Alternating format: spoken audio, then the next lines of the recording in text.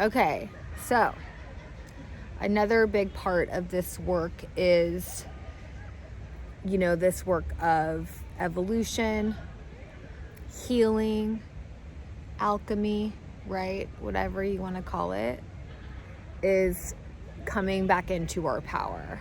Okay, and part of that is recognizing that everything is energy, right? Another thing that we're not taught in school. We're not taught about our energy centers in school. We're not taught that everything is energy. We're not taught how to transmute energy. You'll notice that we're not really taught anything about our power as human beings in school.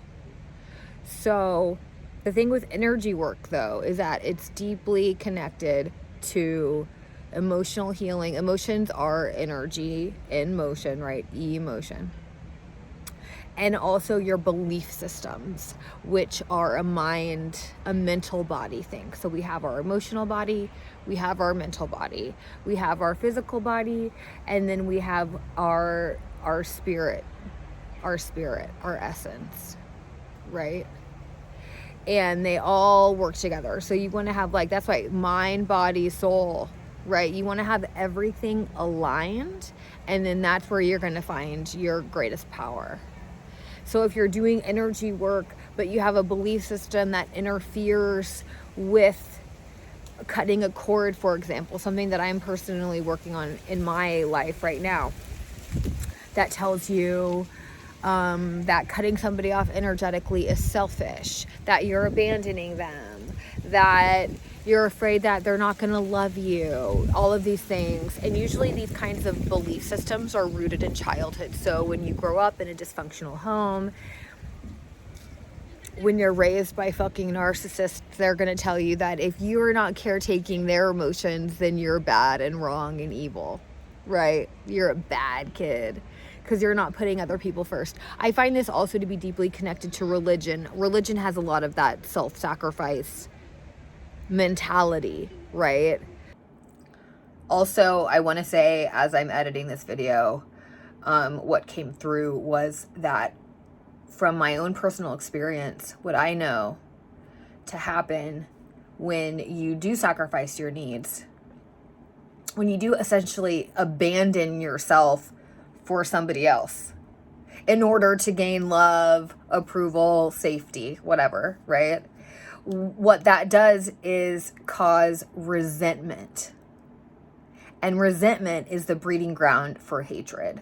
So even if it seems like you're gaining this love, it's not really love. Even though it seems like you're gaining somebody's approval, or, gaining somebody's love, or finding this security in this other person for the immediate time being, in the long run, it's not gonna last. Let me just fucking tell you that it does not last. And it won't last because eventually you're gonna start feeling resentment for this person. You're gonna start fucking hating them, and you'll probably end up exploding on them and saying terrible things, and then you won't even be able to be friends. I've done this a lot, okay? So I know all about it, but yeah, I just wanted to edit this in here. So I was raised Catholic. Both of my parents were raised Catholic. So it was all about, Catholicism is all about self-sacrifice. And so I have to really focus on transmuting those beliefs around, giving somebody else my life force energy is not helping them, because it's not empowering them. It's telling them that you can't do it on your own. You don't have the power on your own.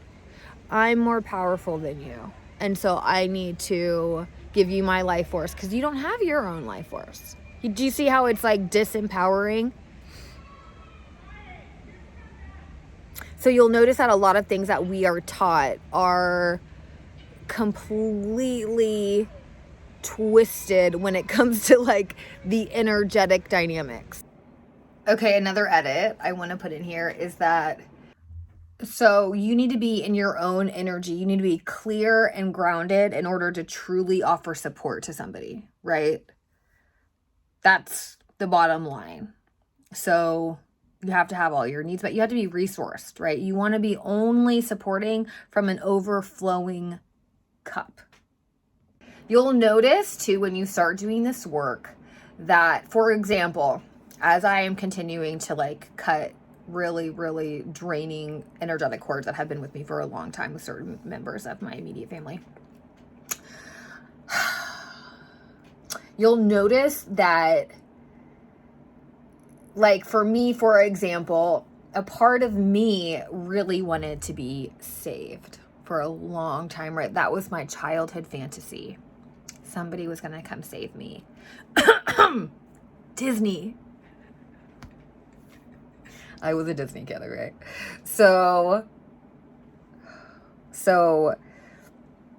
a part of me has that savior complex because I wanted to be saved. So just recognize when, like, usually, almost always, when you're wanting to quote unquote help or support or save or rescue somebody else, it's usually something in yourself that you are needing.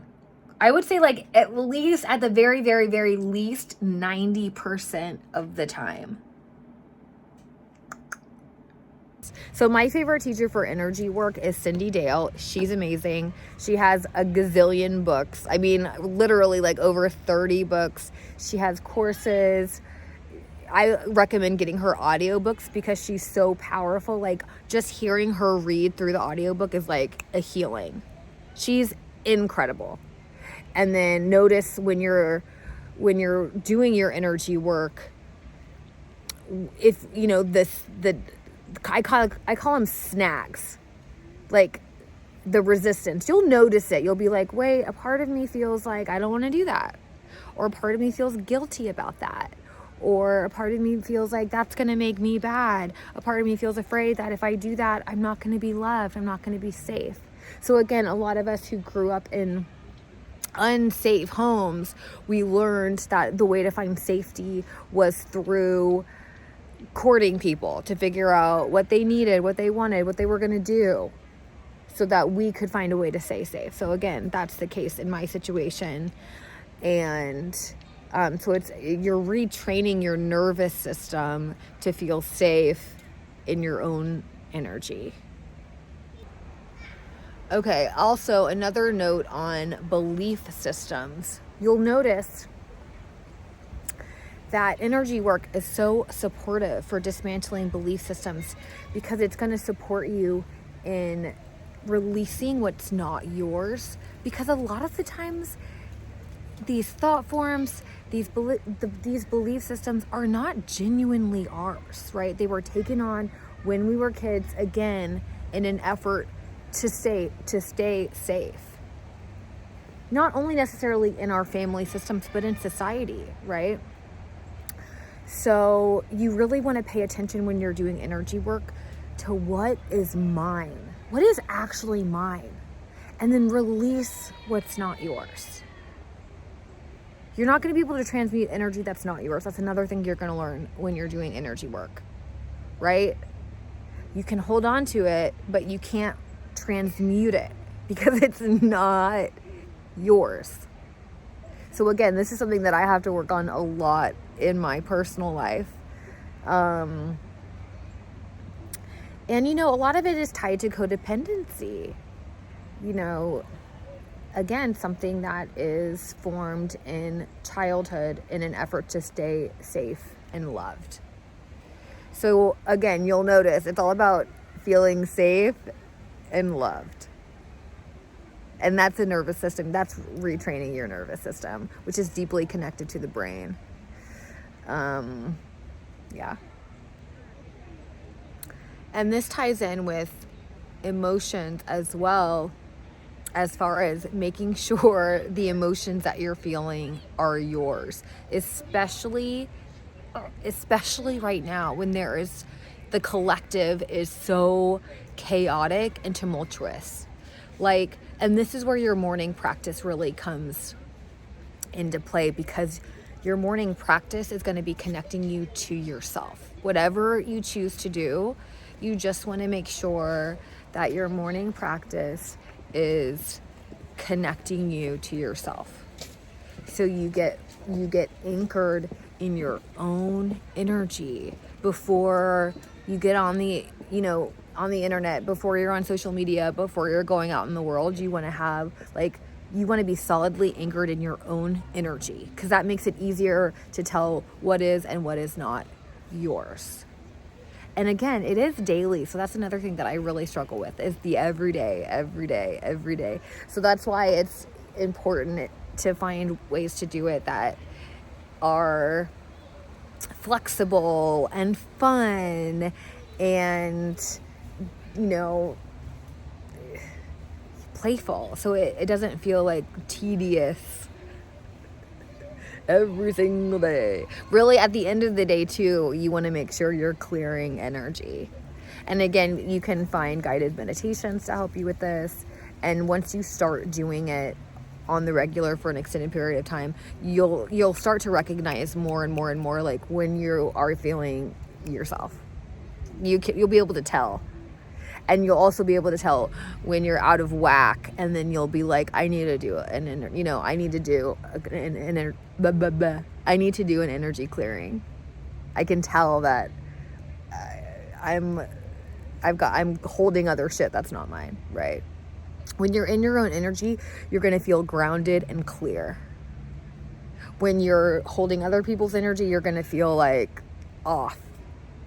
Whenever you're feeling off, just know, I need to do some energy work right now. And then you want to feel grounded and clear. That's how you know that you're in your own energy.